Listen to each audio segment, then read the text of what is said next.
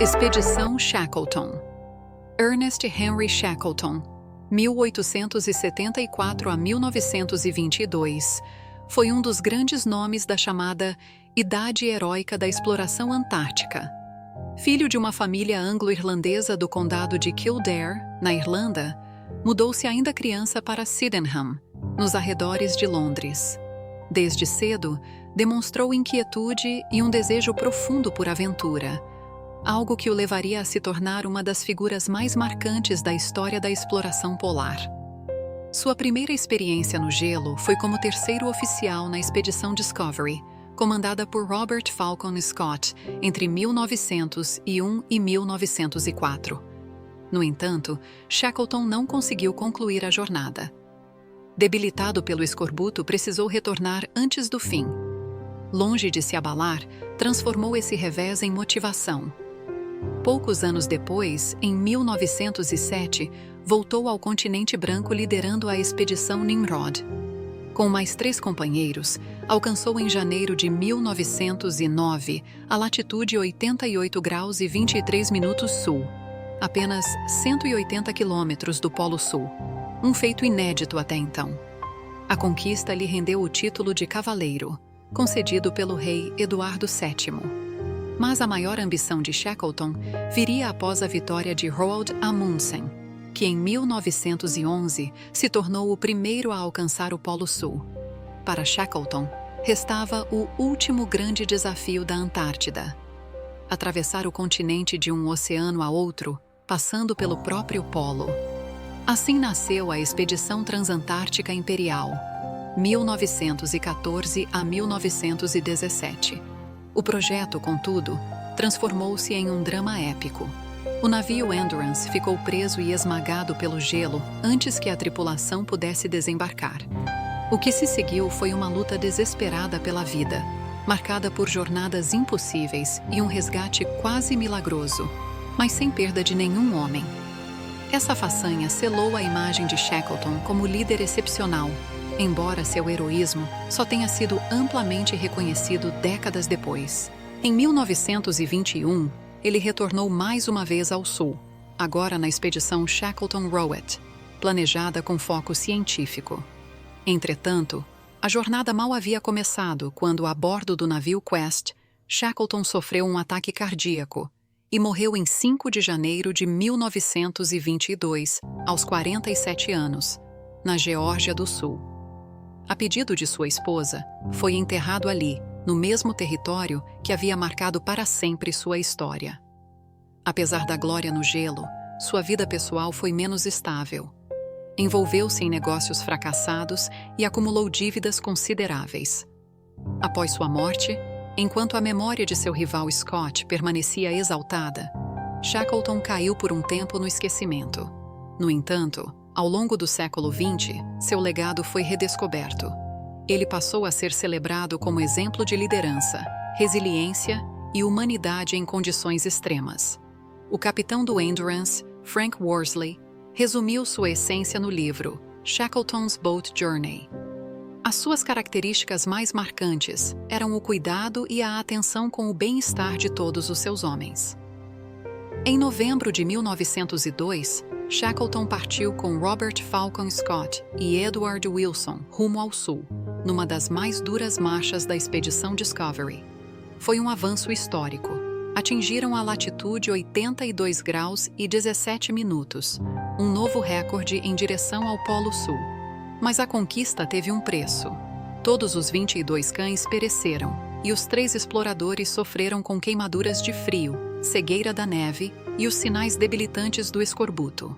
Shackleton, em especial, entrou em colapso físico, sendo praticamente carregado de volta ao navio. Quando regressaram ao Discovery, em fevereiro de 1903, Scott decidiu enviá-lo para casa a bordo do navio de apoio Morning, oficialmente por razões médicas. Extraoficialmente, corria o rumor de que sua popularidade entre a tripulação incomodava Scott. A relação entre os dois, ainda que publicamente cordial, jamais seria a mesma. Para Shackleton, ficava clara a necessidade de voltar à Antártida e provar-se superior ao rival. De volta à Inglaterra, Shackleton trabalhou brevemente como jornalista e secretário da Real Sociedade Geográfica Escocesa. Tentou a carreira política como candidato liberal em 1906 e envolveu-se em negócios arriscados, sem sucesso. Mas seu verdadeiro objetivo nunca saiu de vista: liderar sua própria expedição antártica. Com o apoio financeiro do industrial William Beardmore e de outros patrocinadores, em 1907 ele apresentou oficialmente seu projeto, a Expedição Nimrod, 1907 a 1909. O navio Nimrod partiu da Nova Zelândia em janeiro de 1908. Inicialmente, Shackleton prometera a Scott que não estabeleceria base no Estreito de McMurdo, mas as condições do gelo o obrigaram a quebrar a promessa.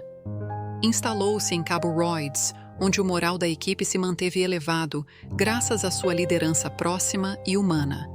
Em outubro de 1908, Shackleton e 3 companheiros, Frank Wild, Eric Marshall e Jameson Adams, iniciaram a chamada Grande Viagem ao Sul. Após meses de esforços quase sobre-humanos, chegaram a apenas 180 quilômetros do Polo Sul, a latitude 88 graus e 23 minutos de latitude sul, estabelecendo um novo recorde. Descobriram o gigantesco glaciar Beardmore e foram os primeiros a atravessar o Planalto Polar.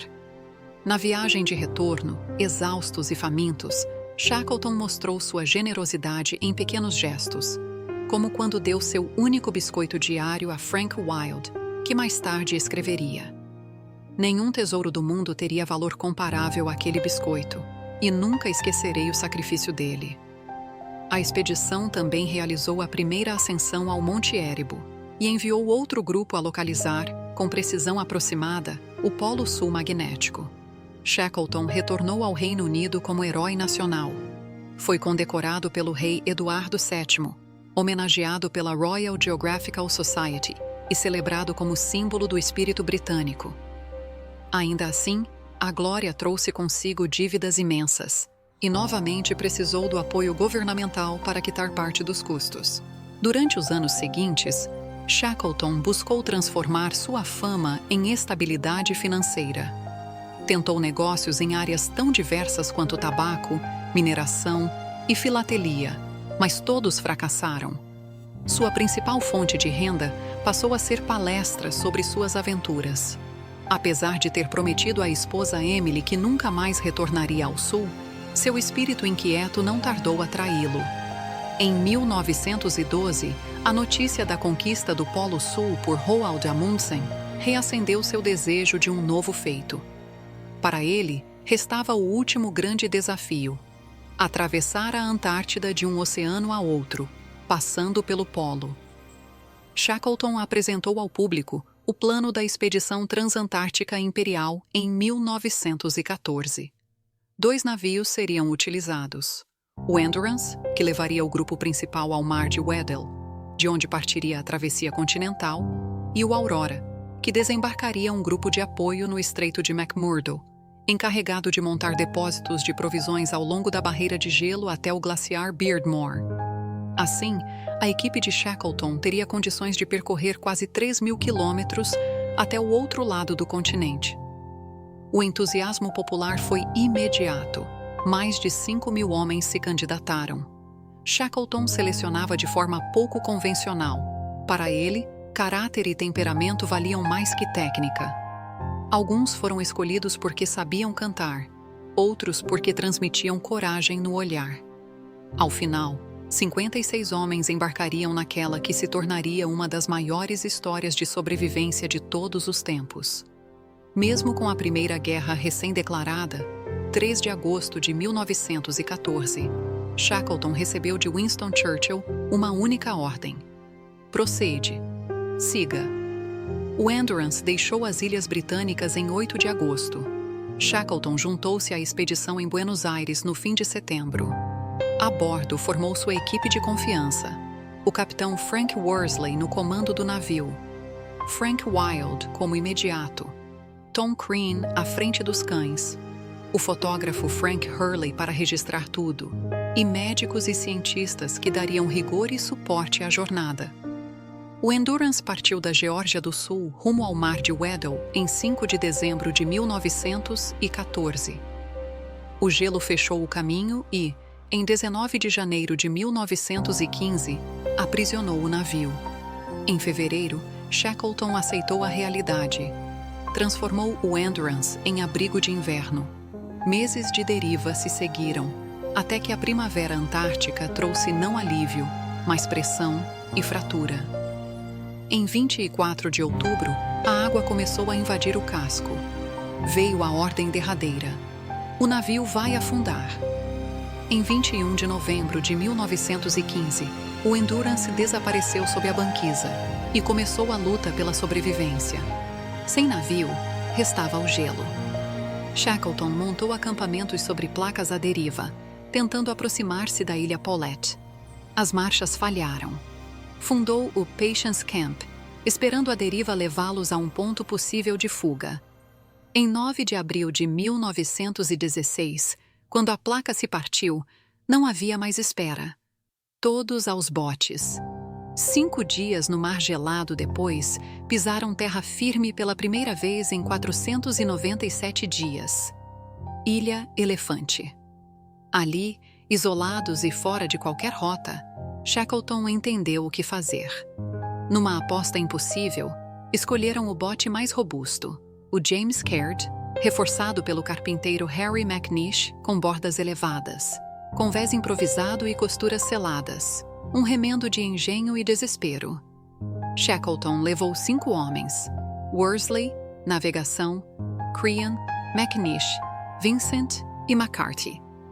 Partiram em 24 de abril de 1916 para cruzar cerca de 1.300 quilômetros de Oceano Austral até as estações baleeiras da Geórgia do Sul. Foram 15 dias de tempestades e mares brutais. Avistaram a ilha em 8 de maio, mas um furacão os varreu da costa. No dia seguinte, exaustos, conseguiram desembarcar no lado sul, o lado errado. Em vez de contornar por mar novamente, Shackleton, Worsley e Crean cortaram a ilha a pé, por montanhas e glaciares, sem mapas, por mais de 36 horas até Stromness, em 20 de maio de 1916. A travessia virou lenda. Não sei como conseguiram, exceto que tinham de fazê-lo, diria anos depois o explorador Duncan Carse. All safe, all well. Da Geórgia do Sul, Shackleton organizou o resgate. 3 tentativas falharam, barradas pelo gelo da Ilha Elefante. Com o apoio do governo chileno, o rebocador Yelcho partiu para a 4ª investida. Em 30 de agosto de 1916, Shackleton finalmente reencontrou seus homens. Nenhuma vida havia sido perdida, um feito que cimentou sua reputação como líder que coloca pessoas acima de glória. Ainda faltava o grupo do Mar de Ross, lado oposto do continente, que havia instalado os depósitos para uma travessia que nunca aconteceu e sofrera baixas. Shackleton seguiu até a Nova Zelândia e voltou ao estreito de McMurdo no Aurora para buscá-los.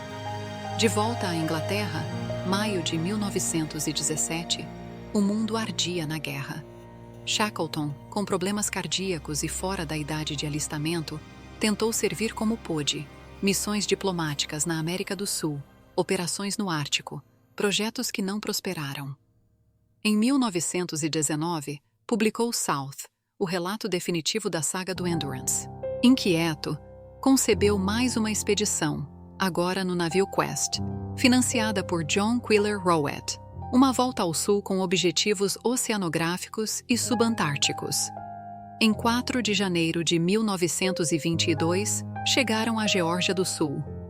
De madrugada, Shackleton chamou o médico Alexander Macklin. Queixava-se de dores e exaustão. Às 2h50 de 5 de janeiro de 1922, sofreu um ataque fatal. A pedido de Emily, sua esposa, foi sepultado em Grytviken, cercado por mares que conhecia como poucos. Por décadas, a imagem de Shackleton ficou à sombra da memória de Scott. A partir dos anos 1950 e 60, livros e reavaliações históricas, de Alfred Lansing a Roland Huntford, inverteram a maré. Shackleton emergiu como modelo de liderança em crise, comunicação clara, cuidado com o moral, improviso disciplinado, foco em vidas humanas acima de metas. Hoje, seu nome atravessa salas de aula, cursos de gestão e a cultura popular. Se a idade heróica terminou com sua morte, seu método de liderar sob o impossível continua plenamente contemporâneo. Fontes essenciais. Seleção. Primárias. Ernest Shackleton, South, 1919. Relato direto da Expedição Transantártica Imperial. Frank A. Worsley, Endurance, An Epic of Polar Adventure, 1931. E Shackleton's Boat Journey. Visão do capitão, navegador do Endurance. Legado. Por anos, sua memória ficou à sombra de Scott. A partir de meados do século XX, biografias e reinterpretações, de Alfred Lansing a Roland Huntford, elevaram Shackleton a exemplo moderno de liderança em crise. Comunicação clara, cuidado com o moral, improviso disciplinado e foco inegociável em vidas humanas. Cursos de gestão, forças armadas e escolas adotaram seu caso como estudo. Se a idade heróica terminou com sua morte, seu método permanece atual.